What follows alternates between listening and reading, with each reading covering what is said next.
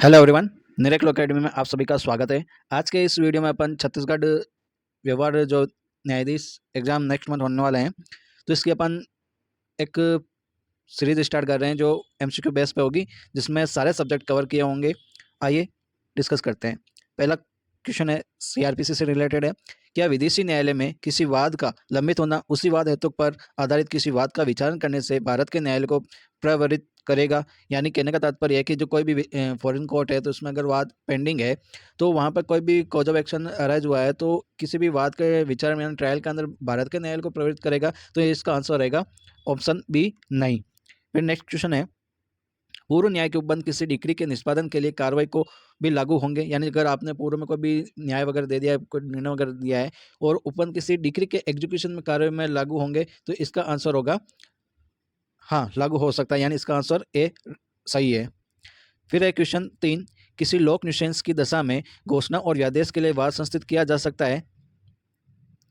Sorry, अपन civil procedure code पढ़ रहे हैं, मैंने पहले सीआरपीसी बोल दिया है, तो ध्यान रखें।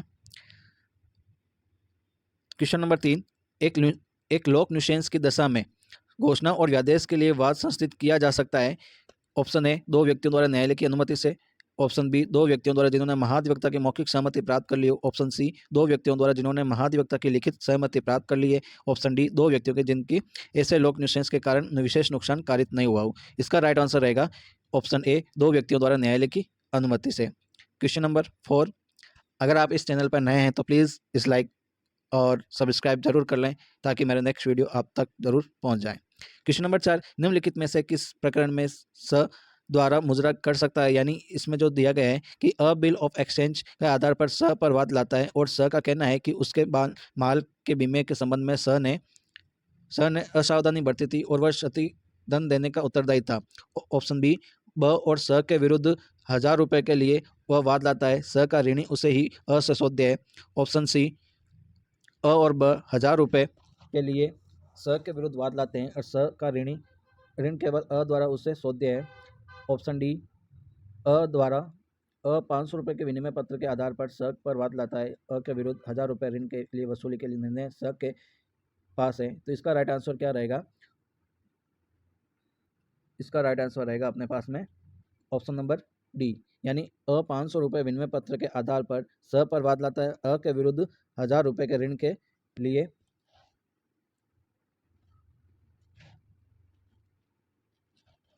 ठीक है, बाद में अपने क्वेश्चन नंबर 5, जहां प्रतिवादी कारागार में परिरुद्ध है, यानी जेल में डिटेन या निरुद्ध है, वहां निम्नलिखित में से किस प्रकार से संबंध की तामील की जाएगी? ऑप्शन ए, कारागार के बाहर चस्पा करके। ऑप्शन बी, कारागार के भीतर मजदूर बेचकर। ऑप्शन सी, कारागार के बाहर साधक अधिकारी को संबंध में प्रतिवादी पर तामील हेतु परिदत करके। ऑप्शन डी, न्यायालय द्वारा प्रतिवादी को प्रोडक्शन वारंट भेजकर। तो ऑप्शन इसका रहेगा अपने पास में सी, यानी जो बाहर साधक अधिकारी है या को संबंध प्रतिवादी पर तामील हेतु करके। तो ऑप्शन अपने पास में रहेगा इसका सी।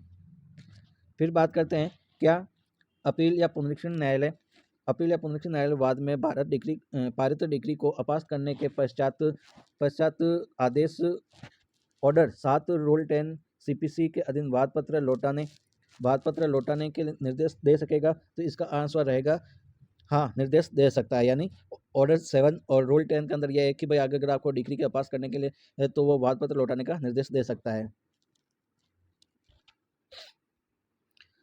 वाद पत्र निम्नलिखित दशा में भी मंजूर कर दिया जाता है, जहां जहां यह 2 प्रतियों में दाखिल नहीं किया गया हो, जहां शपथ पत्र प्रस्तुत नहीं किया गया हो, या जहां वादी के फोटोग्राफ्स चस्पा नहीं किए गए हो, जहां वादी के हस्ताक्षर नहीं किए गए हो। तो इसका राइट आंसर रहेगा option number A,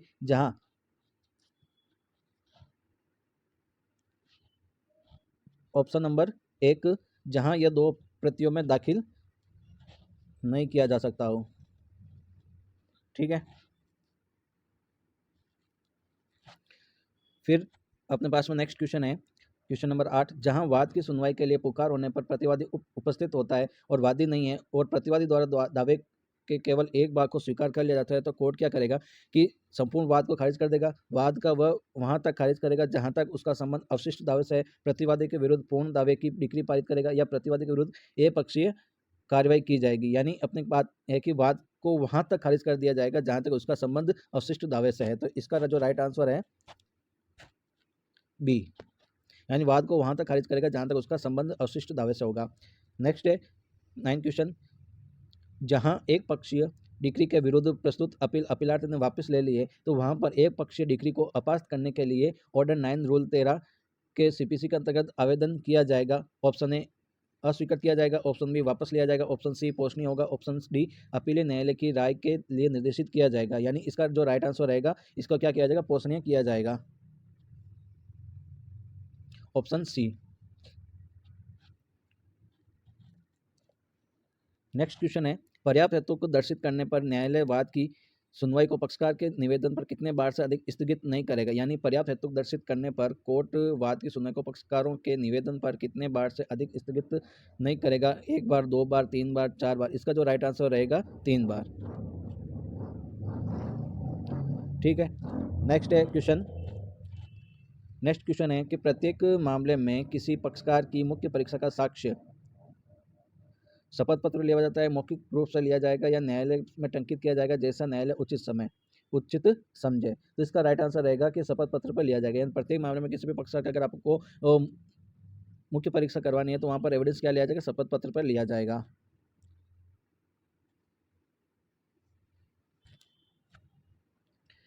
next question है, जहां आदेश ऑर्डर 22 सीपीसी के अधीन वाद का उपशमन हो जाता है और यहाँ या खारिज हो जाता है तो उस समय किया जाता है वहाँ उसी वाद हेतु नया वाद पक्षकारों की रजामंदी से दायर हो सकेगा। ऑप्शन बी न्यायालय की पूर्वानुमति से नया वाद दायर होगा। ऑप्शन सी नया वाद नहीं लाया जाएगा। ऑप्शन डी पर्याप्त कारण दर्शाने पर दायर हो सकेगा। तो इसका जो राइट आंसर है तो भाई ऑप्शन नंबर सी या नया वाद नहीं लाया जाएगा। ऑप्शन सी नया वाद नहीं लाया जाएगा। फिर है क्वेश्चन नंबर 13, क्या अवयस्क एकमात्र वादी वयस्क होने पर उनके नाम से वाद मित्र द्वारा दायर वाद को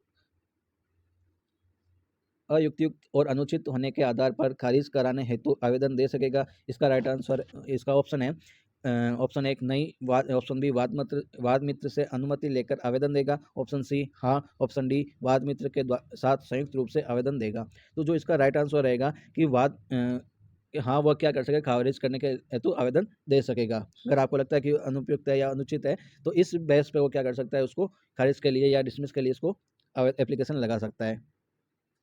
तो इसका राइट आंसर क्या हो जाएगा,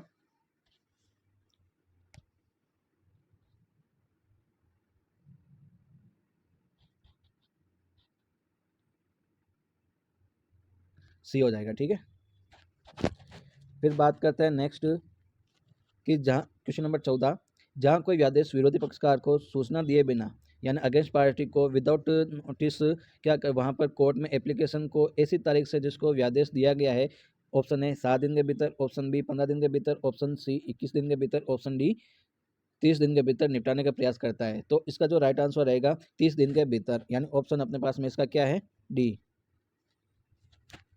ठीक है, अगर आप इस चैनल पर नए हैं और इस वीडियो को सुन रहे हैं, आपको अच्छा लग रहा है तो इसको लाइक और सब्सक्राइब जरूर करें, जरूर करें, जरूर करें। नेक्स्ट है इंडियन पेनल कोड 1860, आजीवन कारावास के दंडादेश को सरकार कितने वर्षों के कारावास में लघुगत कर सकेगा। यानी अगर लाइफ इम्प्रिजनमेंट का अगर पनिशमेंट है तो गवर्नमेंट कितने वर्षों के कारावास को वो लघुगत करेगी यानी कम कर सकती है। ऑप्शन ए 20 वर्ष, ऑप्शन बी 18 वर्ष, ऑप्शन सी 18 वर्ष, ऑप्शन सी 14 वर्ष, ऑप्शन डी 12 वर्ष। तो इसका जो राइट आंसर रहेगा अपने पास में ऑप्शन सी, यानी 14 वर्ष तो वो क्या कर सकता है, लघुगत कर सकता है। क्वेश्चन नंबर 16, यदि अपराध कारावास या जुर्माना दोनों से दंडनीय, यानी आपका जो ऑफेंस किया है कारावास से भी है और जुर्माने से भी दंडनीय है, तो वह अवधि जिसके लिए जुर्माना देने में व्यतिक्रम होने की दशा के लिए न्यायालय अपराधी को कारावासित करने का निर्देश देगा। कारावास की उस अवधि को ऑप्शन ए 1/4, ऑप्शन बी आधा, ऑप्शन सी 1/4, ऑप्शन डी 2/3। तो इसका जो राइट आंसर रहेगा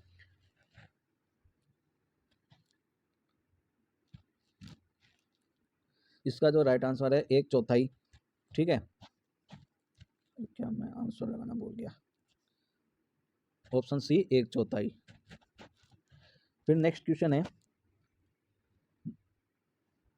जब क य को पीट रहा है और म हस्तक्षेप करता है, यानी क य को पीट रहा है और म हस्तक्षेप करता है, क म को भी पीटता है, क द्वारा म पर किया गया प्रहार उस कार्य का भाग नहीं था जिसके द्वारा क यह को स्वेच्छा उपपत्ति कारित करता है, इसलिए क यह को स्वेच्छा कारित की गई उपपत्ति के लिए दंड से और म पर किए गए प्रहार के लिए दूसरे दंड से दंडनीय होगा। तो इसका जो राइट आंसर है अपन देखते हैं पहले क्या है इसके अंदर ऑप्शन। पहला है कि ये पूरा ही गलत है, नहीं। ऑप्शन बी, एक ही संविहार के दौरान किए जाने वाले अपराध के लिए एक ही दंड से दंडाधीश होगा। ऑप्शन सी, म यदि बचाने नहीं आया तो उसे क नहीं पीटता, अतः स्वेच्छा उपपत्ति क ने म से मारपीट नहीं की, उसमें म को पीटने का दंड नहीं मिलेगा। ऑप्शन डी सही है। तो इसका जो राइट आंसर है अपने पास में कि भाई म यदि बचाने नहीं आता तो उसे क नहीं पीटता, और अतः स्वेच्छा क ने म से मारपीट नहीं की थी, उसे म का पीटने का दंड भी नहीं मिलता। क्वेश्चन नंबर 18, एक लोहार डाकू की टोली द्वारा अभिकृत किया जाता है और तत्काल मृत्यु की धमकी द्वारा अपने औजार लेकर ब के घर का द्वार तोड़ने को विवश किया जाता है। डाकू जिनकी संख्या 10 है और घर में प्रवेश करते हैं और ब का धन और आभूषण लूट लेते हैं और ब के पुत्र का वध कर देते हैं। तो अ ने क्या ऑफेंस किया है? तो यहाँ पर ऑप्शन है डकैती हत्या का दोषी, ऑप्शन बी गृह भेदन डकैती के दुष्प्रेरण का दोषी, ऑप्शन सी किसी भी अपराध का दोषी नहीं है, ऑप्शन डी के डकैती करने के लिए तैयारी करने का दोषी। तो इसका जो राइट आंसर रहेगा अपने पास में ऑप्शन बी गृह भेदन डकैती का दोषी, किसी भी अपराध का दोषी नहीं। तो यहाँ पर क्या हो जाएगा? ऑप्शन सी किसी भी अपराध का दोषी नहीं होगा। क्यों? क्योंकि यहाँ पे एक लाख डाकू अभिगत करता है और तत्काल मृत्यु की धमकी देता है और अपने औजार में ब के घर का द्वारा तोड़ने का विवश करता है। वहाँ डाकू की संख्या कितनी है? 10 है। घर में प्रवेश करते हैं, ब धन आभूषण लूट लेते हैं और ब के पुत्र का वध कर देते हैं। तो यहाँ पे किसी भी अपराध का दोषी नहीं है। कौन? क्यों? क्योंकि यहाँ पे एक लोहार है। फिर है क्वेश्चन नंबर 19, क कुल्हाड़ी से काम कर रहा है, कुल्हाड़ी का फल उसमें से निकलकर उछल जाता है और निकट खड़ा व्यक्ति उसे मारा जाता है। क की ओर से उचित सावधानी का कोई प्रभाव नहीं था। क ने कौन सा अपराध किया? ऑप्शन ए हत्या, ऑप्शन बी अपराधी मानववध जो हत्या नहीं है, ऑप्शन सी उसका कार्य माफी योग्य अपराध नहीं है, ऑप्शन डी उपेक्षा द्वारा मृत्यु कारित करना। यानी इसका जो राइट आंसर है उसका कार्य माफी योग्य है, अपराध नहीं है। क्वेश्चन नंबर 20, शरीर की आत्मरक्षा का अधिकार कब स्वेच्छापूर्वक मृत्यु कारित करने का अधिकार प्रदान करता है? यदि घटित अपराध मृत्यु कारित की जाएगी, ऐसी युक्तित आशंका पैदा होती हो। बी साधारण उपपत्ति कारित की जाएगी, ऐसी युक्तित आशंका प्रकट हो रही हो। ऑप्शन सी जब चोरी के तुरंत उपरांत चोर के भागने पर चोरी की संपत्ति बरामद करना हो। ऑप्शन डी जब स्वेच्छापूर्वक उपपत्ति कारित करने के पश्चात भागने वाले अभियुक्त को गिरफ्तार करना हो। तो इसका जो राइट आंसर रहेगा कि जब मृत्यु कारित की जाती है और ऐसी युक्तित आशंका पैदा हो रही हो तो लगेगा कि भाई वो उसने क्या किया कि स्वेच्छापूर्वक मृत्यु कारित करने का अधिकार उसको प्रदान किया, यानी मृत्यु कारित की जाएगी ऐसी युक्तित आशंका पैदा हो रही हो। फिर है क्वेश्चन नंबर 21, रेक्ष बनाम गोविंदा भारतीय दंड संहिता की निम्नलिखित धाराओं के प्रावधान के मध्य अंतर बिंदुओं को स्पष्ट किया गया है। 34, 149, 302, 304, 299 से 300, 403 से लेकर 405। तो ये अपने पास में इसका जो राइट आंसर रहेगा वो रहेगा 299 से 300। ठीक है, ऑप्शन सी।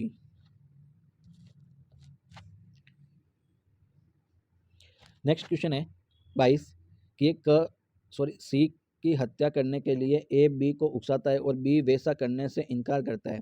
तो ए ने कोई अपराध नहीं किया, बी ए और बी को हत्या के लिए उकसाने और अपराध में सहायक होने का दोषी है, सी क ने हत्या करने का प्रयास का अपराध किया, डी क ने आपराधिक षड्यंत्र किया। यानी जो इसका राइट आंसर रहेगा वो क्या रहेगा कि भाई यहाँ पे ए और बी को हत्या के लिए उकसाने व अपराध में सहायक होने का दोषी माना जाएगा। नेक्स्ट क्वेश्चन है सी को घोर उपपत्ति करने के भय में डालकर बेईमानी से सी को उत्प्रेरित करता है कि वह एक कोरे कागज पर हस्ताक्षर कर दे या अपनी मुद्रा लगा दे और उस को परिदत्त कर दे। सी उस कागज पर हस्ताक्षर करके उसे को परिदत्त कर देता है। दोषी माना जाएगा कूट रचना का, लूट का, उद्यापन का या छल का। तो इसका जो राइट आंसर रहेगा अपने पास में कि भाई उद्यापन का रहेगा। क्यों? क्योंकि उसको क्या कर रहा है कि परिदत्त कर रहा है, भाई सौंप रहा है कि घोर उपपत्ति के भय में डालकर कि भाई मैं उसको क्या करूँगा, चोट कर दूंगा। तो वह बेईमानी से सी को प्रेरित करता है और एक कोरे कागज पर हस्ताक्षर कर देता है, अपनी मुद्रा लगा देता है और उसे को परिदत्त कर देता है। तो यहाँ पर क्या माना जाएगा? उद्यापन माना जाएगा। 383। फिर बात करते हैं अपनी 14 वर्षीय पत्नी बी के साथ उसकी रजामंदी से मैथुन करता है। अ ने कौन सा अपराध किया? कोई अपराध नहीं किया, बलात्संग किया, अपनी पत्नी के साथ बलात्संग नहीं होता है। बी की रजामंदी थी इसलिए केवल संभोग किया अपराध नहीं है। और इसका जो राइट आंसर है बलात्संग किया है।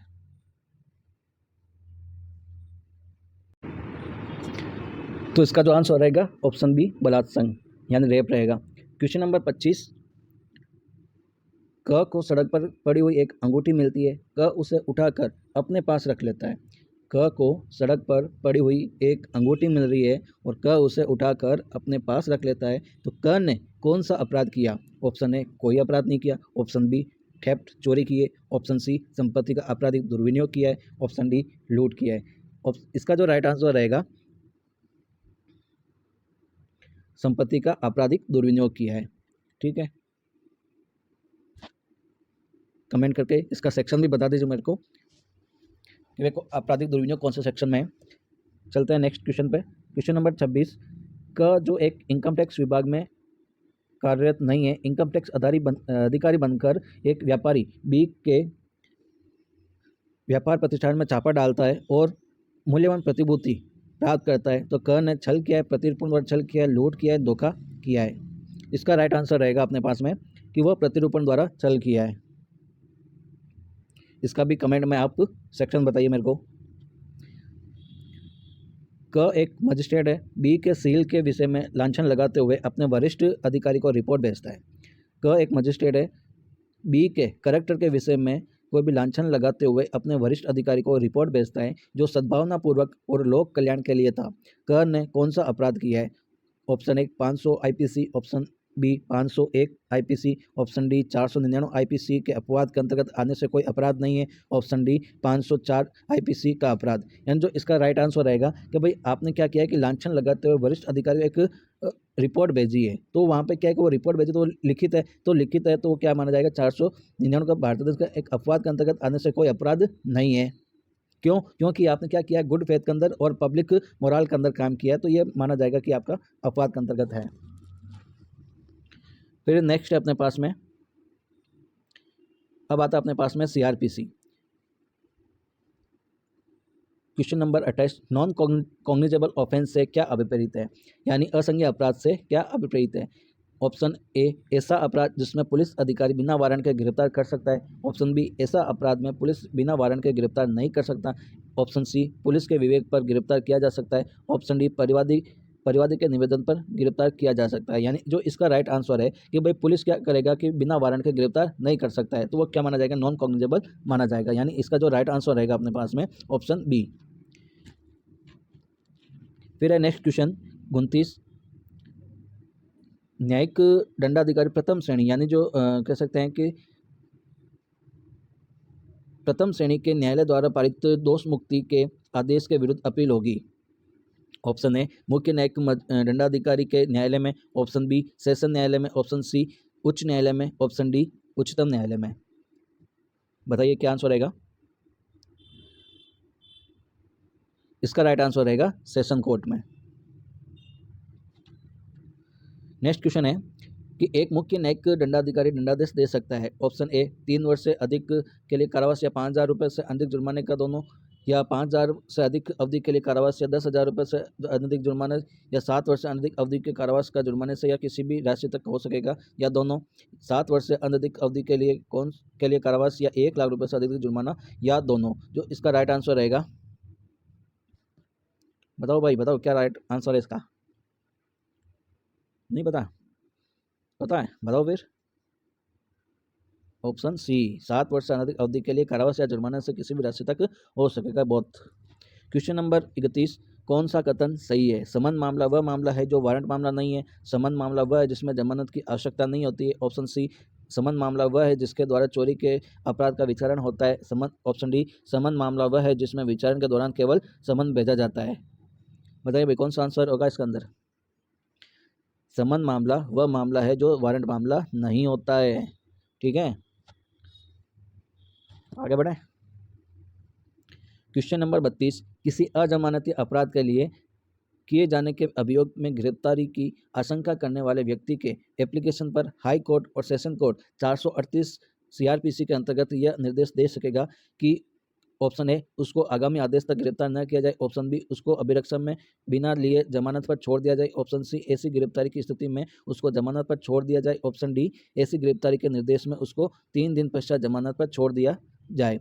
इसका राइट आंसर रहेगा ऑप्शन सी, ऐसी गिरफ्तारी की स्थिति में उसको जमानत पर क्या कर दिया जाएगा, छोड़ दिया जाए। फिर नेक्स्ट क्वेश्चन है कि 33, क्वेश्चन नंबर 33, अधीनस्थ न्यायिक मजिस्ट्रेट के कार्य के वितरण के विषय में कौन नियम बना सकेगा और विशेष आदेश दे सकेगा। तो यहाँ पर executive magistrate, option D district magistrate या जिला दंडाधिकारी, ऑप्शन सी अपर जिला एवं सत्र न्यायाधीश या चीफ जुडिशियल मजिस्ट्रेट। इसका राइट आंसर क्या रहेगा बताइए दोस्तों कि भाई अधीनस्थ न्यायिक मजिस्ट्रेट के कार्य के वितरण के लिए कौन नियम बना सकता है। तो वहां पर सीजेएम क्या करेगा, option D CJM chief judicial magistrate वो क्या करेगा, यहाँ पे नियम बनाने का या कोई भी ऑर्डर दे सकता है स्पेशल काम के लिए। फिर है क्वेश्चन नंबर 34, विशेष लोक अभियोजक की नियुक्ति के लिए कितने वर्षों का विधि व्यवसाय आवश्यक होता है, 7 वर्षों का, 10 वर्षों का, 15 वर्षों का या 5 वर्षों का। इसका राइट आंसर क्या है भाई बताइए।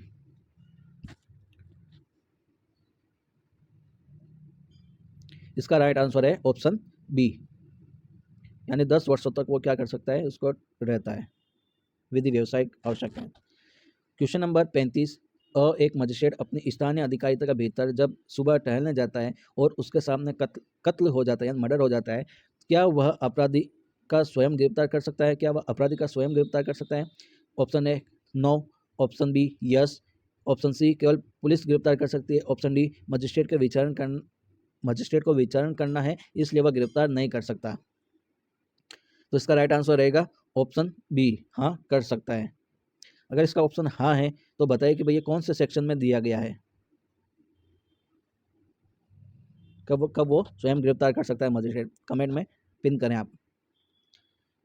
क्वेश्चन नंबर 36, जहां न्यायालय को यह ज्ञात नहीं है कि कोई दस्तावेज या चीज किसी व्यक्ति के कब्जे में है अथवा नहीं, तब क्या न्यायालय तलाशी वारंट जारी कर सकता है। ऑप्शन ए नहीं कर सकता, ऑप्शन बी यह जब यह ज्ञात होगा कि अमुक चीज कब्जे में है तभी करेगा, या ऑप्शन डी हाँ कर सकता है, ऑप्शन डी व्यक्ति विशेष या स्थान विशेष का स्पष्ट उल्लेख हो तभी करेगा। तो इसका जो राइट आंसर रहेगा ऑप्शन सी, हाँ वो कर सकता है। क्वेश्चन नंबर 37, क्या दांडिक न्यायालय उसके समक्ष पेश की गई किसी भी दस्तावेज को परिबद्ध कर सकता है। Option A yes, option B no, option C केवल सिविल न्यायालय कर सकता है, ऑप्शन डी वरिष्ठ अधिकारी की अनुमति से कर सकता है। तो इसका राइट आंसर रहेगा कि यस, हाँ वो दस्तावेज को क्या कर सकता है, परिबद्ध कर सकता है, ऑप्शन ए। फिर है क्वेश्चन नंबर 38, निम्नलिखित में से केवल एक कथन सही है। अब जो यहाँ पे 4 कथन दिए गए उनमें से एक ही कथन सही है, बाकी तीनों क्या है, रॉन्ग है। पहला है, पर्याप्त साधनों वाला व्यक्ति यदि अपनी माता के भरण पोषण करने की उपेक्षा करता है तो वह धारा 125 सीआरपीसी के तहत कार्रवाई कर सकती है। ऑप्शन बी, सीआरपीसी के तहत केवल पत्नी के भरण पोषण पर विचार करेगी। ऑप्शन सी, 125 सीआरपीसी केवल बच्चों के भरण पोषण का आदेश देती है। ऑप्शन डी के अंतर्गत भरण पोषण का कोई आदेश नहीं दिया जाएगा। बताइए भाई क्या आंसर रहेगा। यानी पर्याप्त साधनों वाला व्यक्ति यदि अपनी माता के भरण पोषण और की उपेक्षा करता है तो वह धारा 125 के तहत क्या कर सकता है, कार्रवाई कर सकता है। यानी इसका राइट आंसर क्या है, ए। फिर है क्वेश्चन नंबर 39, संक्षिप्त विचारण में अधीर निर्णय के कारावास की अधिकतम अवधि क्या होती है। भाई आप अगर समरी ट्रायल कर रहे हो तो वहाँ पर अगर किसी भी डिसीजन के अंदर की अधिकतम अवधि क्या रह सकती है, 3 ईयर रहेगी, 6 मंथ रहेंगे, या 1 ईयर रहेगा, या 2 ईयर रहेगा। तो जो इसका राइट आंसर है कि भाई वो आप समरी प्रोसीडिंग कर रहे हो तो आपको 3 मंथ का क्या है, कारावास अधिकतम होता है, 3 मंथ। ठीक है। फिर है क्वेश्चन नंबर 40, पुलिस थाने का भारसाधक अधिकारी अपराध की इत्तला प्राप्त होने पर किस प्रावधान के तहत संबंधित मजिस्ट्रेट को भेजेगा, क्या भेजेगा कि भाई यहाँ पर यह ऑफेंस हुआ है। तो इसका ऑप्शन है सीआरपीसी 154, सीआरपीसी 156, सीआरपीसी 159, सीआरपीसी 160। बताइए भाई कहाँ पर दिया गया, 157 के अंदर दिया गया, मेरे को ये रिकॉल हो रहा है। क्लोज नंबर भी बता दीजिए कौन सा किसके अंदर है। जी। नेक्स्ट क्वेश्चन है, क्या छोटे अपराधों के मामले में कोई व्यक्ति न्यायालय में उपस्थित हुए बिना अर्थदंड डाक द्वारा अदा कर सकता है? यदि हाँ तो किस प्रावधान के अंतर्गत? यानी पेटी केसेज जो ऑफेंस है उन मामलों में अगर उपस्थित हुए बिना अर्थदंड डाक द्वारा अदा कर सकता है। ऑप्शन ए हाँ 207 CRPC, हाँ 206 CRPC, हाँ 210 CRPC, हाँ 194 194। तो इसका जो राइट आंसर रहेगा हाँ पेटी केसेस 206। ठीक है, बी आंसर रहेगा। फिर इसका नेक्स्ट क्वेश्चन है अपने पास में, क पर ख को लूटने और स्वेच्छा उपपत्ति कारित करने का आरोप है। क पर बी को लूटने और स्वेच्छा उपपत्ति कारित करने का आरोप है। क्या क के विरुद्ध आईपीसी की धारा 323, 392, 394 के अधीन अपराधों के लिए पृथक पृथक आरोप लगाया जा सकेगा? Option A yes, option B नहीं, ऑप्शन सी विकल्प में लगाया जा सकेगा, ऑप्शन डी मजिस्ट्रेट की इच्छा पर निर्भर करेगा कि वह कौन से आपराधिक आरोप लगाए। बताइए भाई 42 में क्या होगा? अगर वो चाहता है तो वो तीनों सेक्शन पर अलग अलग क्या कर सकता है, आरोप लगा सकता है। क्वेश्चन नंबर 43, प्रत्येक दंडाधिक मामलों में मजिस्ट्रेट द्वारा अभियुक्त को दोषी करार करने के बाद दंडादेश से पूर्व अभियुक्त की सुनवाई आवश्यक होगी। गलत समन मामलों में आवश्यक नहीं है। सही, बिना सुनवाई के लिए दंडादेश पारित नहीं किया जा सकता है। ऑप्शन सी केवल सजा वारंट भेजने के पहले आवश्यक है। ऑप्शन डी किसी भी मामले में आवश्यक नहीं है। तो इसका जो राइट आंसर रहेगा ऑप्शन नंबर 1, गलत समन मामलों में आवश्यक नहीं है। फिर है कि ऑप्शन क्वेश्चन नंबर 44 डी को लूटने के लिए क और ख और घ पर विचारण चला एवं न्यायिक दंडाधिकारी प्रथम श्रेणी ने दोषी ठहराया। क्या उन्हीं तथ्यों पर इन्हीं आरोपी गण पर डकैती का आरोप लगाकर विचारण किया जा सकता है? तो डबल जीरो पार्टी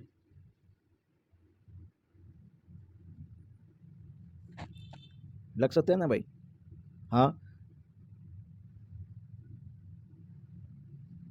होगा नहीं होगा बताओ भाई, कमेंट में बताना। 44 का आंसर मेरे हिसाब से तो ए है। हाँ। क्वेश्चन नंबर 45, CRPC 320 के अधीन समन का प्रभाव उस अभियुक्त की दोष सिद्धि होगा, डिस्चार्ज होगा या दोष मुक्त होगा या मामला ही समाप्त हो जाएगा? ऑप्शन क्या रहेगा बताओ भाई? अगर आपके पास में समन प्रभाव है 320 का तो एक्यूज क्या हो जाएगा? दोष मुक्त हो जाएगा। ऑप्शन सी, क्या किसी व्यक्ति को जमानत पर छोड़ने के समय मजिस्ट्रेट द्वारा अधिरोपित कोई शर्त अपास्त या अपांतरित किया जा सकता है? यदि हाँ तो किसके द्वारा और किस प्रावधान के तहत किया जाएगा?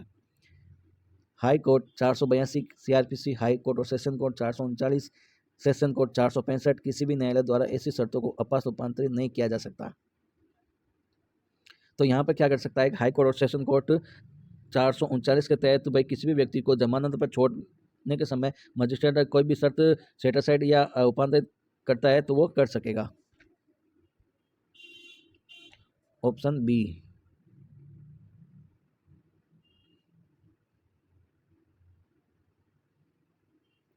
क्वेश्चन है 47, किसी अन्य विधि यानी आईपीसी को छोड़कर अपराध यदि 3 वर्ष या इससे अधिक किंतु 7 वर्षों तक अनधिक कारावास से दंडनीय है तो वह कॉग्निजेबल और नॉन बेलेबल होगा, कॉग्निजेबल या बेलेबल होगा, कॉग्निजेबल या बेलेबल होगा, नॉन कॉग्निजेबल या नॉन बेलेबल होगा। तो इसका जो राइट आंसर रहेगा कॉग्निजेबल और नॉन बेलेबल होगा। इसका सेक्शन तो बता दो यार, मेरे को याद नहीं आ रहा, बताना तो आपको ही पड़ेगा। फिर है एविडेंस एक्ट। क्वेश्चन नंबर 48, धातुपट या शिला पर उत्कीर्ण लेख दस्तावेज है। ऑप्शन ए गलत है, ऑप्शन बी सही है, ऑप्शन सी दस्तावेज केवल कागज पर लिए जाते हैं, ऑप्शन डी ये केवल प्राचीन वस्तुएं हैं। तो इसका राइट आंसर आएगा ऑप्शन बी, यह राइट है कि धातुपट और शिला पर उत्कीर्ण लेख एक डॉक्यूमेंट है। क्वेश्चन नंबर 49, विष द्वारा बी की हत्या करने के लिए क का विचारण किया जाता है। बी की मृत्यु से पूर्व यानी बी की मृत्यु के पहले ए ने ऐसा विष उपार्जित किया है तो वो क्या रिलेवेंट नहीं है? ऑप्शन बी रिलेवेंट है, ऑप्शन सी पार्टली रिलेवेंट है, ऑप्शन डी न तो रिलेवेंट है और न ही विसंगत है। क्या ऑप्शन रहेगा भाई, आंसर रहेगा आपको बताओ। तो 49 का जो आंसर है, 49 का आंसर है, 49 का सुसंगत नहीं है, सुसंगत है। एक बार क्वेश्चन वापस पढ़ते हैं कि विष द्वारा बी की हत्या करने के लिए क का विचारण किया जाता है। बी की मृत्यु से पूर्व क ने ऐसा विष उपार्जित किया है। रिलेवेंट है, रिलेवेंट नहीं है, पार्टली है या तो 49 में मेरे हिसाब से इसका रिलेवेंट रहेगा। आप भी अपना आंसर बता दीजिए। बी आंसर रहेगा। क्वेश्चन नंबर 50 इलेक्ट्रॉनिक अभिलेख से संबंधित साक्ष्य के विषय में भारतीय साक्ष्य अधिनियम में किस धारा में विशेष प्रावधान दिया गया है? यानी जो इलेक्ट्रॉनिक अभिलेख से संबंधित साक्ष्य एविडेंस एक्ट के किस विशेष प्रावधान से दिए गए हैं? Section 59, section 63, section 65A, section 67A। इसका राइट आंसर क्या रहेगा? 65, बोलो बोलो, 65A।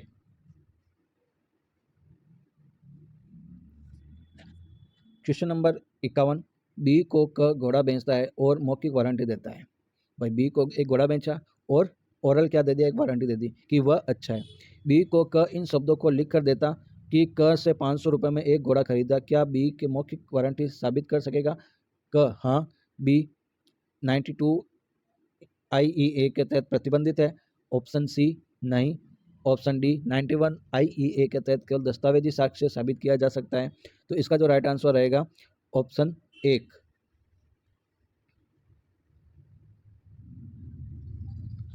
यस, वो साबित कर सकता है। ऑप्शन क्वेश्चन 52 बी को क चोरी के लिए अभियुक्त करता है। न्यायालय से चाहता है कि वह कोर्ट यह विश्वास करे कि बी ने चोरी की स्वीकृति सी से की है। ऐसी दशा में किसे साबित करना होगा कि बी ने स के समक्ष स्वीकार किया? ऑप्शन ए क को, ऑप्शन बी को, ऑप्शन सी को, ऑप्शन डी अभियोजन को। यानी जो इसका राइट आंसर रहेगा ऑप्शन क को। भाई इसी को साबित करना पड़ेगा। भाई कह कौन रहा है कि क ने चोरी के लिए अभियुक्त करता है, तो चाहता है कि क खुद ही चाह रही है, तो क खुद चाह रहा है तो उसको क्या करना पड़ेगा कि उसको साबित करना पड़ेगा भाई उसने चोरी की है। क्वेश्चन नंबर 53 दहेज मृत्यु के विषय में किस प्रावधान के अंतर्गत भारतीय साक्ष्य अधिनियम में उपधारणा किया जाएगा? 113A, 114A, 113B, 114B के तहत। बताइए 53 में कौन सा आंसर रहेगा? कहाँ पर बताया गया दहेज मृत्यु? भाई मेरे को ही बताना पड़ेगा, आप तो नहीं बता रहे। ऑप्शन सी 113 के अंदर,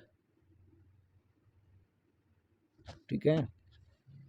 फिर है अपने पास में मुख्य साक्षी द्वारा लिखकर या संकेतों द्वारा खुले न्यायालय में साक्ष्य दिया जा सकेगा। ऐसा साक्ष्य क्या लिखित समझा जाएगा? ऐसा साक्ष्य मौखिक साक्ष्य समझा जाएगा। साक्ष्य में ग्राह्य नहीं होगा या न्यायालय के विवेक पर निर्भर है कि वह साक्ष्य ग्राह्य करे या नहीं करे। यानी जो मुख्य साक्ष्य अगर वो लिख कर दे रहा है, यही करना है ना, इसमें लिख कर दे रहा है संकेतों द्वारा, तो वो क्या माना जाएगा? ओरल एविडेंस मान लिया जाएगा, मौखिक साक्ष्य समझा जाएगा। 59 सेक्शन। फिर एक क्वेश्चन नंबर 55 हत्या, बलात्कार या डकैती के अपराध में प्रमाणित करने के लिए क्रमशः सेक्शन 10, 8 और 6 साक्ष्य की आवश्यकता होती है। सही है, गलत है? 12, 10, 8 आवश्यक है। न्यायाधीश निर्देशक कितने साक्ष्य आवश्यक है? साक्ष्य की कोई विशेष संख्या अपेक्षित नहीं होती है। बताइए 55 में, यानी विटनेस के कोई भी मतलब मेजरमेंट नहीं बताया गया है कितने क्या होंगे। ऑप्शन इसका डी रहेगा। क्वेश्चन नंबर 56 युक्तियुक्त आधार के बिना अधिवक्ता द्वारा प्रश्न पूछे जाने पर न्यायालय की प्रक्रिया क्या होनी चाहिए? अगर आपने कोई भी विदाउट रीजनेबल कोई भी क्वेश्चन पूछा है तो कोर्ट क्या करेगा? न्यायालय उन्हें नहीं लिखेगा, शांति से सुनेगा, स्टेट बार काउंसिल को रिपोर्ट करेगा या पूछने देगा? अगर आप विदाउट रीजनेबल यानी युक्तियुक्त आधार के बिना अधिवक्ता द्वारा पूछे गए पर कोर्ट पर प्रक्रिया करेगा या सी करेगा कि वो स्टेट बार काउंसिल को रिपोर्ट कर सकेगा। साक्ष्य की स्मृति ताज़ा करने का अधिकार किस प्रावधान के तहत प्रदान किया गया है?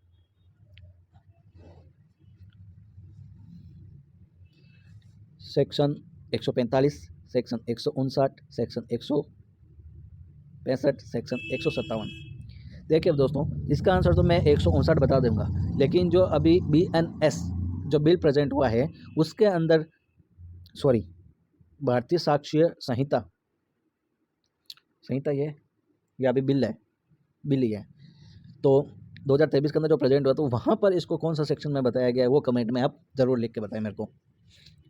क्वेश्चन नंबर 58, एक मूर्तिकार क मेरी सभी प्रतिमाएं बी को बेचने का एग्रीमेंट करता है, करार करता है। क के पास प्रतिमा एवं औजार भी उपलब्ध है। क्या यह दर्शित करने के लिए कि वास्तव में वह क्या बेचना चाहता था साक्ष्य दे सकेगा?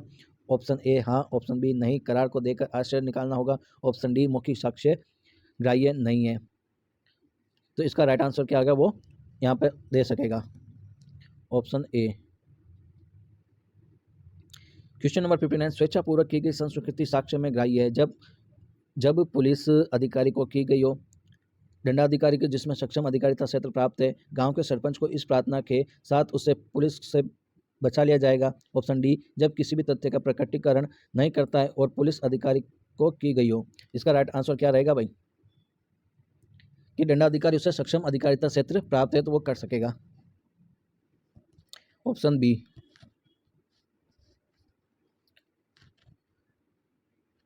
ठीक है, क्वेश्चन नंबर अब अपने पास में आ रहे हैं रेंट कंट्रोल के। ठीक है, पहले 1961 था, अब वो हट चुका है, अब क्या 2011 का हो गया है, लेकिन क्वेश्चन तो वही है, उसके अंदर कंसेप्ट तो वही है, चेंज हुआ है तो क्या हुआ है? क्या स्थान नियंत्रण अधिनियम यानी छत्तीसगढ़ रेंट कंट्रोल एक्ट 2011 के तहत 2 में परिभाषित स्थान में फर्नीचर शामिल है जो भूमि स्वामी द्वारा प्रदत्त है? ऑप्शन ए नहीं, ऑप्शन बी फर्नीचर स्थान नहीं हो सकता, ऑप्शन सी हाँ, ऑप्शन डी जो फर्नीचर ज़मीन में गड़ा हो केवल वही स्थान होगा। बताइए दोस्तों। हाँ, भूस्वामी द्वारा प्रदत्त फर्नीचर के अंदर शामिल होगा। इसका राइट आंसर क्या रहेगा? सी रहेगा। ऐसे स्थान को जो सरकार की संपत्ति है स्थान नियंत्रण अधिनियम लागू नहीं होते हैं।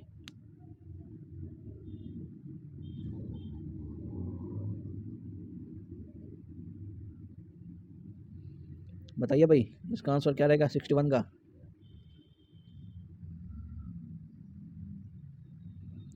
और लागू नहीं है तो ये कौन से सेक्शन के अंदर बताया गया है? बताइए, मैंने आपको पढ़ाया है।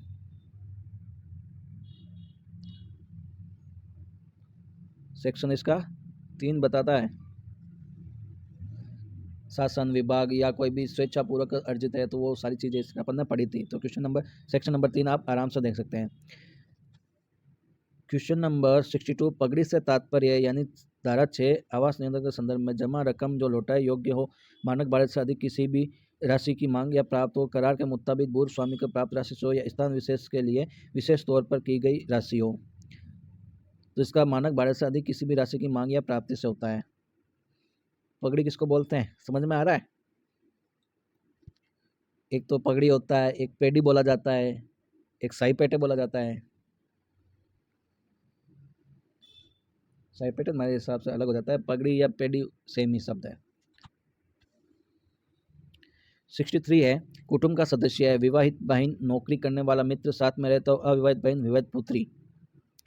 तो यहाँ पे इसका राइट आंसर हो जाएगा अविवाहित बहन, ऑप्शन सी। यदि समझौते के आधार पर भवन खाली कराने की डिक्री पारित कर दी जाती है तो एग्जीक्यूशन के समय क्या होगा? कि एग्जीक्यूशन कोर्ट को यह देखने का अधिकार नहीं होता है कि वह समझौता डिक्री वैध थी या नहीं। एग्जीक्यूशन न्यायालय पुनः यह देखेगा कि आधार उपलब्ध था या नहीं। भाड़ेदार को चुनौती देने का यह अधिकार होगा कि धारा 12 के अंतर्गत वैध डिक्री नहीं है। ऑप्शन डी, भूस्वामी को अधिकार होगा कि पुनः शर्त अधिरोपित कर निष्पादन कराए। तो इसका जो राइट आंसर है कि ऑप्शन ए, निष्पादन न्यायालय को यह देखने का अधिकार नहीं होता है कि वह समझौता डिक्री वैध थी या नहीं थी। इसका तो भाई क्वेश्चन सेक्शन बता दीजिए कहाँ पर है? एग्जीक्यूशन के बारे में कहाँ पढ़ा था अपन ने? बताओ भाई, पढ़ा है अपन ने? इसका पूरा डिटेल एक मास्टर वीडियो देखा था अपन ने, घंटे सवा घंटे का था। अगर आपने नहीं देखा है तो उसको देख लीजिए और इस क्वेश्चन को भी सोल्व करना। क्वेश्चन नंबर 65, भवन स्वामी या भाड़ेदार के बीच भाड़े के भुगतान हेतु कोई स्थान नियत नहीं किया गया हो तो भाड़े का भुगतान क्या होगा? भवन स्वामी के कारोबार के स्थान से आकर ले सकेगा या भवन स्वामी के निवास स्थान में आकर देगा? भवन स्वामी भाड़ेदार के पास आकर प्राप्त करेगा? भवन स्वामी के बैंक खाते में जमा करेगा? राइट आंसर बताइए भाई। भवन स्वामी के निवास स्थान में आकर देगा, ऑप्शन बी। क्वेश्चन नंबर 66 वादी दूसरे शहर में रहता है, कभी कभार अपने परिवार के साथ छुट्टी मनाने वादग्रस्त मकान में आकर रहता है। ऑप्शन ए यदि वादी की वास्तविक आवश्यकता में शामिल नहीं है। ऑप्शन बी वादी दूसरे शहर में रहता है तो वास्तविक आवश्यकता कैसे होगी। यह भी वादी की वास्तविक आवश्यकता है, केवल जब छुट्टी मनाने आता है तभी वास्तविक आवश्यकता होगी। यानी 66 में आंसर क्या रहेगा, यदि भी वादी की वास्तविक आवश्यकता है। फिर है 66 भाड़ेदार उप भाड़ेदार के विरुद्ध वाद नहीं ला सकेगा, क्यों। ये तो अपन ने भाई नहीं पढ़ा था कहीं पे भी।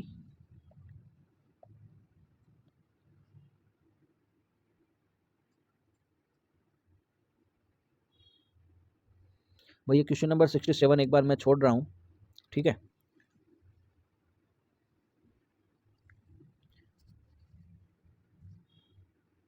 क्वेश्चन नंबर 68 क्या भवन की सीढ़ियां असुरक्षित होने पर भूस्वामी द्वारा गिराए जाने से धारा 38, तो ये भी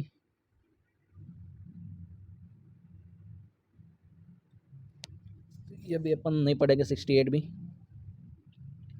आवास नियंत्रण अधिनियम की धारा, ये भी 69 भी नहीं पढ़ेंगे।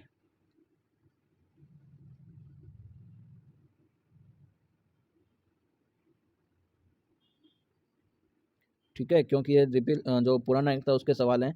68 या 67 देखा जाए तो 67, 68, 69 ये तीनों पुराने वाले अधिनियम से पूछे गए हैं, तो ये अपन सॉल्व नहीं करेंगे। फिर है ट्रांसफर प्रॉपर्टी एक्ट 1882। जो भी स्टूडेंट इस वीडियो को देख रहे हैं और अभी तक इस चैनल को सब्सक्राइब नहीं किए हो, मैं फिर से बोल रहा हूँ, इस चैनल को सब्सक्राइब कर लो। मात्र आपके पास में अब 10-12 दिन बचे हैं और कंटिन्यू ये पेपर की सीरीज चलेगी। इसको लाइक कर लें, सब्सक्राइब कर लें, ठीक है। नेक्स्ट क्वेश्चन है, स्थावर संपत्ति के अंतर्गत खड़ा कास्ट नहीं आता है। ऑप्शन ए सही, ऑप्शन बी गलत, जब तक जमीन में गड़ा हो आता है। ऑप्शन डी केवल कास्ट में डंगाल स्थावर संपत्ति नहीं है। तो इसका राइट आंसर क्या रहेगा कि वह खड़ा कास्ट के अंतर्गत नहीं आता है। ऑप्शन ए। 71 सेक्शन 5 संपत्ति की अंतरण की परिभाषा के अंतर्गत जीवित व्यक्ति के अंतर्गत कंपनी भी शामिल है। ऑप्शन ए सही है, ऑप्शन बी गलत है, कंपनी जीवित व्यक्ति नहीं होती है। ऑप्शन डी कंपनी अपनी संपत्ति का अंतरण नहीं कर सकती है। तो इसका राइट आंसर रहेगा कंपनी भी शामिल है। क्वेश्चन नंबर 72 विधि द्वारा अभिव्यक्त और अपेक्षित के सिवाय संपत्ति का अंतरण मौखिक भी किया जा सकता है। ऑप्शन ए गलत है, ऑप्शन बी केवल लिखित के द्वारा ही अंतरण संभव होता है। ऑप्शन सी पक्षकार की सहमति से मौखिक भी अंतरण हो सकता है। ऑप्शन डी सही है। तो बताइए इसका राइट आंसर क्या है भाई, कि ऑप्शन गलत है, मौखिक अंतरण नहीं हो सकता है। क्या हो सकता है, हाँ बताइए, मेरे हिसाब से तो गलत है।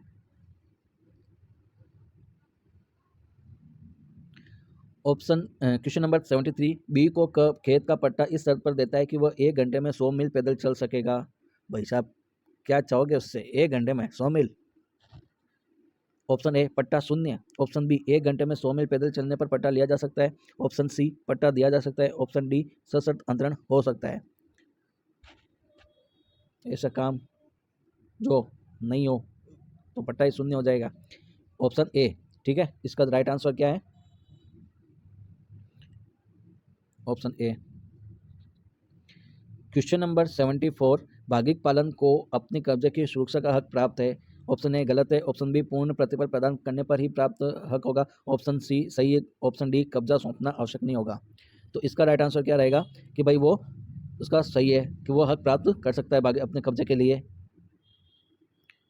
क्वेश्चन नंबर 75 निम्नलिखित में से कौन सा भोग बंधक है जहां बंधककर्ता संपत्ति की कब्जा परिदत्त किए बिना बंधक धन चुकाने के लिए स्वयं को आबद्ध करता है। जहां बंधककर्ता बंधक संपत्ति का कब्जा परिदत्त करता है किंतु बंधक धन प्रदाय होने तक संपत्ति से लाभ प्राप्त करता है। जहां बंधककर्ता बंधक धन का प्रतिसंदाय निश्चित तारीख को करने हेतु स्वयं को आबद्ध करता है। ऑप्शन डी उपयुक्त में से कोई नहीं। तो इसका जो राइट आंसर रहेगा कि उपयुक्त में से कोई नहीं, यानी भोग बंधक ये सारी चीज़ें मेरे हिसाब से सही नहीं है। क्वेश्चन नंबर 76 स्थावर संपत्ति के पट्टे का अवसान निम्न प्रकार से कर सकता है। भाई अगर आपके पास में अवसान करना है और इस इमूवेबल प्रॉपर्टी है तो मौखिक सूचना द्वारा, लेखबद्ध सूचना द्वारा, अभिकर्ता को भेजकर या टेलीफोनिक प्रक्रिया के द्वारा। इसका राइट आंसर रहेगा लेखबद्ध सूचना के द्वारा, ऑप्शन बी। क्वेश्चन नंबर 77, स्थावर संपत्ति को वर्षानुवर्ष या 1 वर्ष से अधिक का पट्टा, स्थावर संपत्ति का वर्षानुवर्षी या 1 वर्ष से अधिक का पट्टा है तो इसको किस प्रकार से केवल नोटारी द्वारा प्रमाणित करना पर्याप्त होगा, केवल मजिस्ट्रेट के समक्ष निष्पादित होने से वैध मान लिया जाएगा, ऑप्शन सी पक्षकार द्वारा इकरारनामा लिख देने के कारगर होगा, ऑप्शन डी केवल रजिस्टर्ड लिखत द्वारा किया जाएगा। तो इसका राइट आंसर क्या रहेगा, ऑप्शन डी केवल क्या किया जाएगा, रजिस्ट्रीकृत लिखत के द्वारा ही किया जाएगा, तब वो क्या वर्षानुवर्षीय 1 वर्ष से अधिक पट्टा माना जाएगा। अगर आपने रजिस्टर नहीं किया तो वो नहीं माना जाएगा। क्वेश्चन नंबर 78, भावी संपत्ति, भावी यानी फ्यूचर का कोई भी गिफ्ट किया जा सकता है, ऑप्शन ए सही है, ऑप्शन बी गलत है, ऑप्शन सी संपत्ति भविष्य में दान देने पर वैध होगा, ऑप्शन डी भावी संपत्ति के दान को स्वीकार करने से वैध होगा। तो इसका राइट आंसर रहेगा क्या, भावी संपत्ति, बोलो बोलो, बी गलत है। फ्यूचर में कोई दान देता है, भाई जैसे मैंने आज कहा कि भाई मैं आज आपको मंदिर बनाने के लिए 10 करोड़ रुपए देता हूँ, आज कहा, ज़रूरत अभी है और आप कहते हो मैं भविष्य में दूंगा 5 साल बाद, तो बात जमती नहीं है। इसलिए भावी संपत्ति का दान किया जा सकता है, गलत है, नहीं किया जा सकता। फिर 79, सर्वस्व अदाता वह है जब अदाता को दान के समय के ऋण दायित्व से कोई सरोकार नहीं होता है, ऑप्शन बी अदाता को दान के समय के दाता के सौदे ऋण दायित्व का दायी माना जाता है, ऑप्शन सी अदाता को ऋण दायित्व के आधे के लिए दायी ठहराया जाएगा, ऑप्शन डी अदाता को सौदे ऋण के 1/3 तक के लिए दायी माना जाएगा। इसका राइट आंसर क्या रहेगा भाई दोस्तों, बताओ, मेरे को भी थोड़ा थोड़ा आ रहा है पर आ जरूर रहा है। अदाता को दान के समय में दाता के सौदे ऋण दायित्व का दायी मान लिया जाएगा, option B. Question number next, अनुयोजित दावों के संबंध में धारा 130 के संपत्ति अंतरण अधिनियम का अपवाद क्या रहेगा। यह अच्छा क्वेश्चन आया है क्योंकि ये पढ़ रखा है मैंने और आपने तो पढ़ लिया होगा। क्वेश्चन 80, आंसर बताओ भाई, क्या अपवाद है 130 का एक्शनेबल क्लेम के संबंध में। समुद्री बीमा, अग्नि बीमा, पॉलिसी का अंतरण ये लागू नहीं होता है।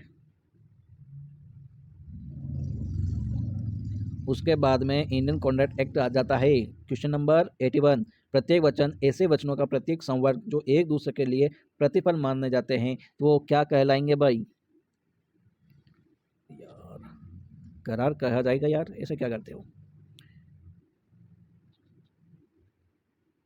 जहां बंटवारे के समय पारिवारिक समझौते के दौरान यह व्यवस्था की गई हो कि माता को भरण पोषण दिया जाएगा तो वह संविदा क्या है, शून्य एवं परिवर्तनीय, शून्य किंतु परिवर्तनीय है, विधिमान्य एवं परिवर्तनीय है, इलीगल या वॉइड है। तो जो इसका राइट आंसर बताएगा उसको मेरी तरफ से एक किटकैट मिलेगी। बताओ भाई, जो राइट आंसर देगा उसको किटकैट चाहिए तो राइट आंसर दो। ऑप्शन सी विधिमान्य और प्रवर्तनीय होगा। क्वेश्चन नंबर, यार मेरे पास तो राइट आंसर किसी ने दिया नहीं अभी तक, तो मैं चॉकलेट मैं खुद ही खाता हूँ कि मैंने दिया है। क्वेश्चन नंबर 83, भारतीय संविदा विधि में कोई व्यक्ति वयस्क तब समझा जाएगा जब उसने 21 वर्ष की आयु पूरी कर ली हो, जब उसने 18 वर्ष की आयु पूरी कर ली हो, जब 19 वर्ष की आयु पूरी कर ली हो, जब 25 वर्ष की आयु पूरी कर ली हो। तो अपने हिसाब से आंसर बताइए इसका क्या होना चाहिए। भाई मेरे हिसाब से मैं तो देता हूँ कि भाई अगर वो 18 साल का होगा तो वो क्या माना जाएगा, संविदा कर सकता है, कोई व्यक्ति मेजर माना जाएगा। ठीक है। सेक्शन 84, पागलखाने का एक रोगी है जो अंतरालों में स्वस्थित हो जाता है, उन अंतरालों के दौरान संविदा नहीं कर सकता है, संविदा कर सकेगा डॉक्टरी सर्टिफिकेट मिलने पर संविदा कर सकता है, पूर्ण स्वस्थ होने पर ही संविदा कर सकेगा। 84 बी। देखो क्या है कि जिस समय वो पागलपन का रोगी है और उस समय वो कोई कॉन्टेक्ट करता है, ठीक है, तो वो वैलिड नहीं माना जाएगा। और जब पागलपन का दौरा खत्म हो जाता है और उस एकदम पूर्ण रूप से स्वस्थित हो जाता है और उस दौरान वो कोई भी कॉन्ट्रैक्ट करता है तो वो क्या वैलिड माना जाएगा। क्वेश्चन 85, ए नीलाम द्वारा बी को एक घोड़ा बेचता है जिसके विषय में क जानता है कि वह ऐबदार है, क घोड़े के ऐब के विषय में बी को कुछ नहीं कहता। दा पर गलती है भी नहीं कहे तो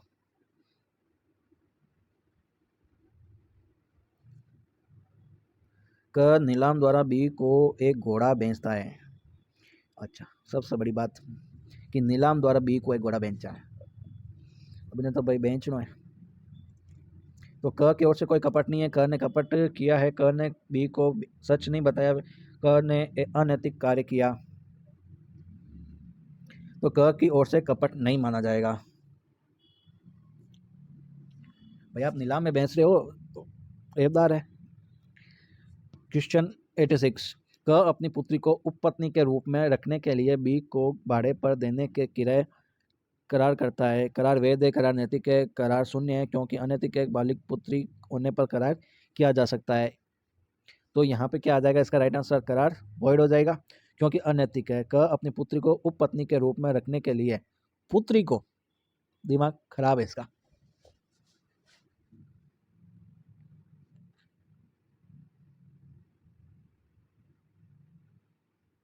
क्वेश्चन नंबर 87, जादू से गुप्त निधि का पता चलाने का बी से क करार करता है। करार वैध है, करार अनैतिक है, असंभव कार्य करने का करार होने से शून्य, काल्पनिक विधि होने से करार नहीं किया जा सकता। क्वेश्चन अच्छा है कि अगर कोई भी जादू है, गुप्त निधि अब पता चलाऊंगा बी से क करार करता है, असंभव कार्य करने का करार होने से क्या हो जाएगा, ये शून्य हो जाएगा।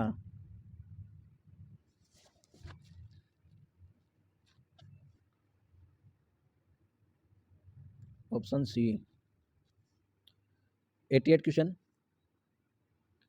क अमुक दिन न्यायालय में स्वयं उपसंजात होने के लिए मुचलका देता है, जिससे ऐसा न करने पर 500 रुपये की पेनल्टी देने के लिए आबद्ध हो जाता है, तो उसका मुचलका संप्रेत कर जगह फोर्टफिचर हो जाएगा। वह संपूर्ण शास्ति देने का दायी है। आदि राशि हेतु दायित्व देने न्यायाधीश के विवेक पर निर्भर करता है कितनी शास्ति देयी होगी, कोई शास्ति देयी नहीं होगी। बताइए भाई, वह संपूर्ण शास्ति देने के लिए दायी होगा। क्वेश्चन नंबर 89, बी को क माल बेचता है और परिदत्त करता है। सी तत्पश्चात प्रतिफल के बिना करार करता है। सी ए बी द्वारा व्यतिक्रम होने पर माल के लिए संदाय करेगा। करार वैध है, करार शून्य है, करार शून्यवत है। वारे वाह। और डी, सी को करार करने का अधिकार नहीं था। 89, जल्दी जल्दी करो भाई, 1 घंटे से ऊपर हो गया। बी की एक गाड़ी क भाड़े पर लेता है और गाड़ी अक्षम कर है। यदि बी को यह मालूम नहीं है कि वह क्षतिग्रस्त हो जाता है तो क्षति के लिए ऑप्शन है क के प्रति उत्तरदायी नहीं है, क के प्रति ख उत्तरदायी है, क और ख समान रूप से उत्तरदायी, कोई भी उत्तरदायी नहीं है। उत्तरदायी तो है ही है, आंसर बी, क के प्रति बी उत्तरदायी है। अब आता है अपने CGLRC 1959, कृषि के अंतर्गत पान और सिंगाड़े की उपज सम्मिलित है। ऑप्शन ए नहीं है, ऑप्शन बी केवल धान गेहूं दालें शामिल है, ऑप्शन सी सही है, ऑप्शन डी अभी तक शामिल नहीं किया गया है। बताओ भाई इसका क्या राइट आंसर रहेगा।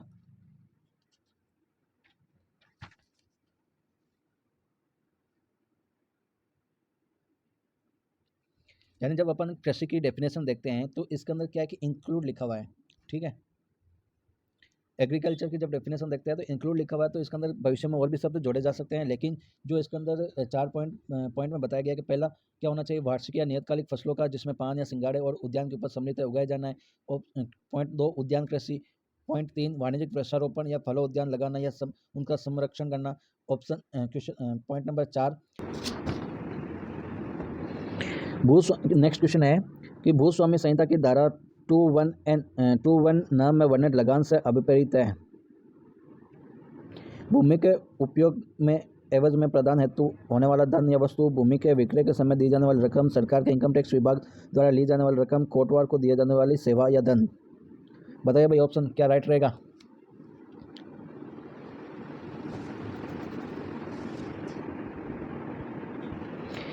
$92 आंसर बताइए भाई।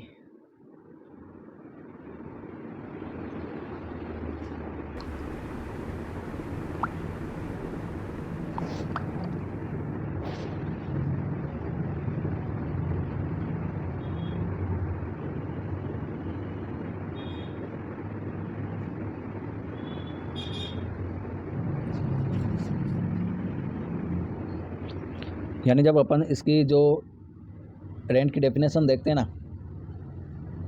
तो वहाँ पर कुछ बातें लिखी है कि भाई जो सबसे पहले तो जो एक शब्द अभी 2022 के अंदर रिपील हुआ था कि मनुष्य कृषक द्वारा अपने भूस्वामी को, तो ये वाली चीज़ क्या रिपील हो गई है उस। अब बाकी नेक्स्ट क्या है कि उसके द्वारा ऐसे भूस्वामी से धारित भूमि के उपयोग का अधिभोग के मध्य या सरकारी पट्टे द्वारा सरकार को उस भूमि के जो सरकार द्वारा उस पट्टे पर दी गई उपयोग पर अधिभोग के मध्य या धन वस्तु के रूप में संदर्भित किया जाए ऐसा नहीं है। तो ये क्या आ जाएगा अपने पास में, भूमि के उपयोग में प्रदान होने वाला धन या वस्तु ये आ रहा है, तो ऑप्शन ए इसका क्या हो जाएगा, राइट हो जाएगा। यानी ये जो क्वेश्चन पूछा गया है अपने डेफिनेशन से पूछा गया है, 2 के जो 1 क्लोज में है और टी इसका बताया गया है। ठीक है, फिर नेक्स्ट क्वेश्चन है, भूमि में विधिपूर्वक अधिकार अर्जित करने वाला व्यक्ति अर्जन करने के कितने दिनों के भीतर राजस्व विभाग को अर्जन की रिपोर्ट करेगा।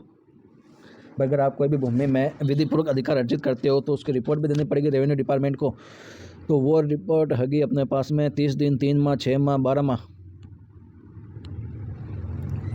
कम से कम अपने को रिपोर्ट भेजने के लिए 6 महीने तो चाहिए ही चाहिए। ठीक है, 6 मंथ।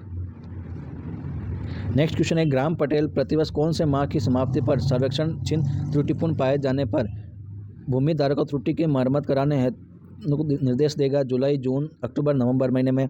तो इसका जो राइट आंसर रहेगा नवंबर महीने में, ऑप्शन डी। ठीक है, 94 का डी। 95 है, अधिकार अभिलेख में हुई अशुद्धि को हितबद्ध पक्षकार द्वारा स्वीकार करने पर कौन सुधार सकता है। तहसीलदार, राजस्व निरीक्षक, उपखंड अधिकारी, कलेक्टर।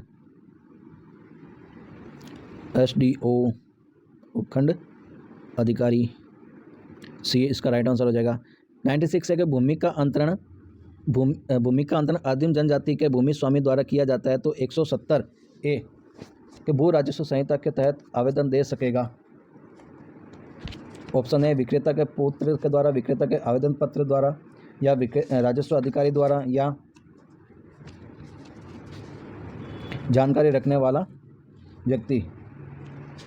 बताओ भाई क्या रहेगा इसका आंसर।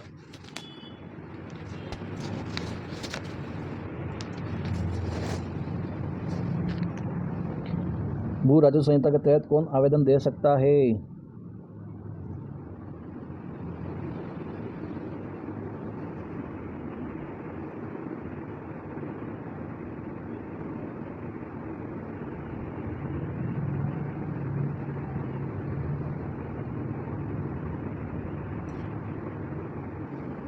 नहीं बता रहे हो, मेरे को बताना पड़ेगा।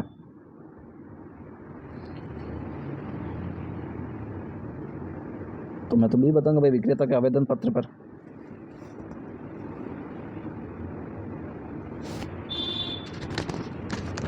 अब ये कहाँ बता गया है।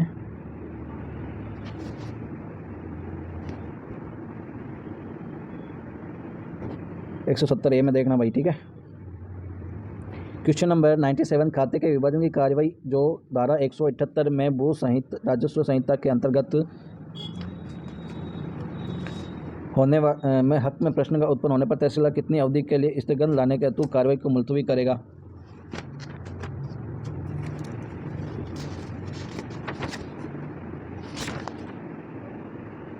छः महीना, 3 माह, या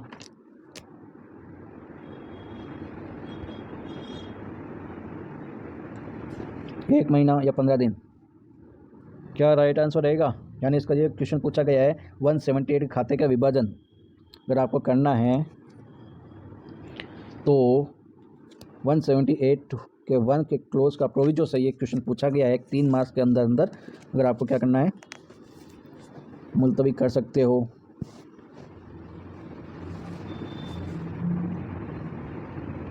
वन 178 के क्लोज 1 का प्रोविजो। ठीक है, 3 महीने।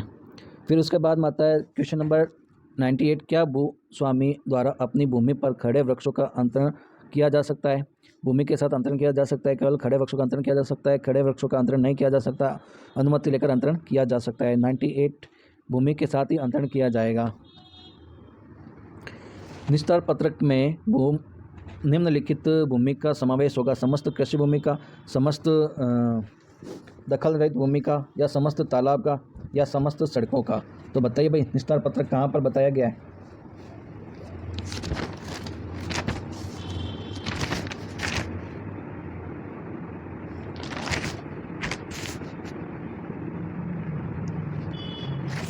कौन सा सेक्शन में बताया गया निस्तार पत्रक। 234 और वाजिब उल किसमें बताया गया है? तो इसमें पहले तो अपन आंसर देख लेते हैं। समस्त दखल रहित भूमि आएगी, ठीक है। सेक्शन कहाँ पर है? तो 234, ठीक है। तो 235 में क्या है कि भाई निस्तार पत्र के लिए विषय क्या होंगे इसके बारे में बताया गया है। तो पशुओं को चराने के लिए जो परमिशन है या कोई भी ऐसा रिस्ट्रिक्शन का कंडीशन है, लकड़ी, इमारत, लकड़ी, ईंधन, कोई भी अन्य वन उपज, मुश्क, कंकड़, रेत, मिट्टी, चिकनी पत्थर, कोई भी अन्य गौण खनिज, पशुओं को चराने के लिए चारा वगैरह या वर्णित कोई भी वस्तु हटाने का विनिमय या कोई भी अन्य विनिमय। अब जो ये क्वेश्चन पूछा गया अपने पास में कि निस्तार पत्र कुछ विषय के लिए अनुबंध के बारे में है, तो निस्तार पत्र क्या समावेश किया जाएगा? तो कृषि उपयोग के पशुओं को निःशुल्क चराने के लिए या ग्राम निवासियों के द्वारा वास्तविक घरेलू उपयोग के लिए या ग्राम के शिल्पकारों के लिए कुछ रियायतें वगैरह हैं, तो ये अपने पास में कृषि उपयोगों के लिए है, भूमि का समावेश वगैरह है। तो ये सारी चीज़ें आप देख लेना। 236 के अंदर भी बताया गया है। फिर 237 के अंदर निस्तार पत्र के जो कलेक्टर है भूमि का पृथक रूप से रख सकता है, कलेक्टर दखल रहित भूमि को पृथक रखेगा, ठीक है। यानी 99 में आपका राइट आंसर क्या हो जाएगा? बी हो जाएगा, ठीक है, दखल रहित भूमि का। तो कलेक्टर दखल रहित भूमि को पृथक रखेगा, ये अपने पास में 237 में है। यानी आपको 234, 35, 36, 37 ये सारी बातें याद होनी चाहिए। और जो वाजिब उल अर्ज़ है वो 242 के अंदर बताया गया है, ठीक है, वो भी अब नेक्स्ट देखेंगे। क्वेश्चन नंबर 100, क्या धारा 250 भू राजस्व संहिता के अधीन अनुसूचित रूप से बेकब्जा किए गए भूस्वामी के पुनः स्थापन के विषय में सिविल कोर्ट विनिश्चित करेगा? अब 250 क्या है इसके बारे में भी आप बताओ मेरे को, जल्दी से कमेंट में लिखो। 250 सेक्शन कौन सा है? जल्दी करो भाई, टाइम नहीं है, लास्ट क्वेश्चन है अब।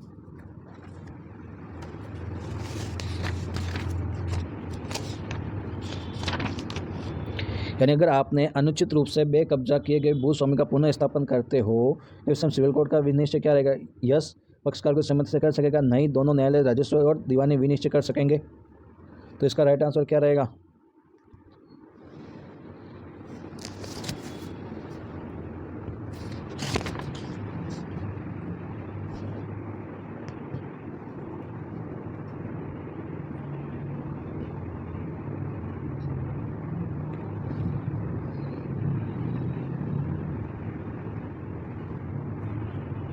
नहीं बता रहे, मैं बताऊं भाई, आंसर सी रहेगा इसका।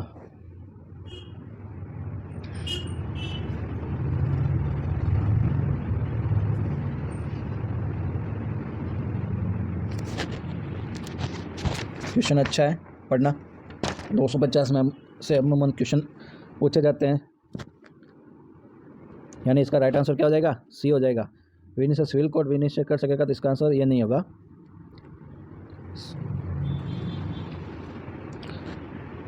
कैसे लगे दोस्तों आज के क्वेश्चन? तो ऐसी सीरीज अब कंटिन्यू चलेगी। आप इस चैनल पर नए हो तो इसको सब्सक्राइब जरूर कर लें। ऐसा नहीं है कि भाई चैनल पर आते ज़रूर हो और देख के चले जाते हो, सब्सक्राइब नहीं करते हो। तो भाई सब्सक्राइब करोगे तभी मुझे मोटिवेशन मिलेगा, आप अच्छे अच्छे कमेंट करोगे तो मुझे मोटिवेशन मिलेगा, तो मैं और भी अच्छे तरीके से कंटेंट लाऊंगा और आपके लिए अच्छे अच्छे वीडियो बनाऊंगा, ठीक है। तो इस चैनल को लाइक करें, सब्सक्राइब ज़रूर करें। Thank you so much.